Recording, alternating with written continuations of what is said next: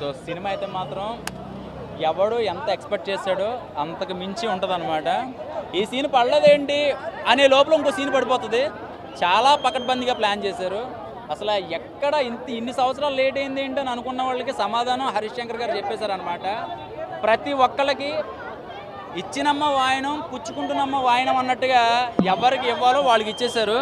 So ఇది పొలిటికల్గా ఎవరికి కనెక్ట్ అవ్వదు, ఎవరు తీసుకోవాల్సిన అవసరం కూడా ఉండదు. ఎందుకంటే ఒక పోలీస్ ఆఫీసర్ క్యారెక్టరైజేషన్ ఎలా ఉంటుందో చూపించారు.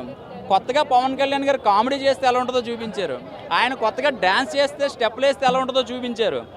ఎమోషనల్గా చాలా సీన్లు చేశారు. కానీ ఈ సినిమాలో చేసిన ఎమోషన్స్ చాలా కనెక్ట్ అయిపోతారు. అండ్ శ్రీలీల క్యారెక్టరైజేషన్ అయితే మాత్రం అదిరిపోయింది.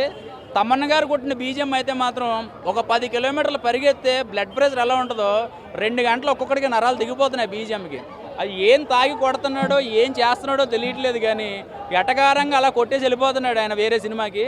సో జనాలకి ఏం కావాలో ఒక మెసేజ్ అనేది ఈ సినిమాలో ఉంది.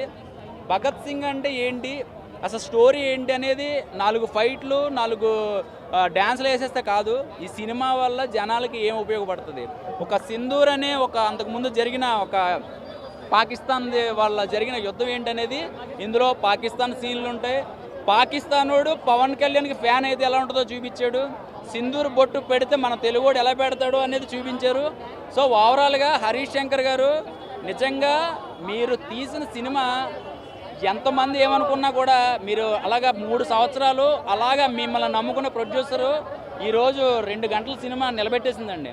ఎందుకంటే సినిమా అంతా కూడా చూసినప్పుడు ఎక్కడ బోర్ లేదు.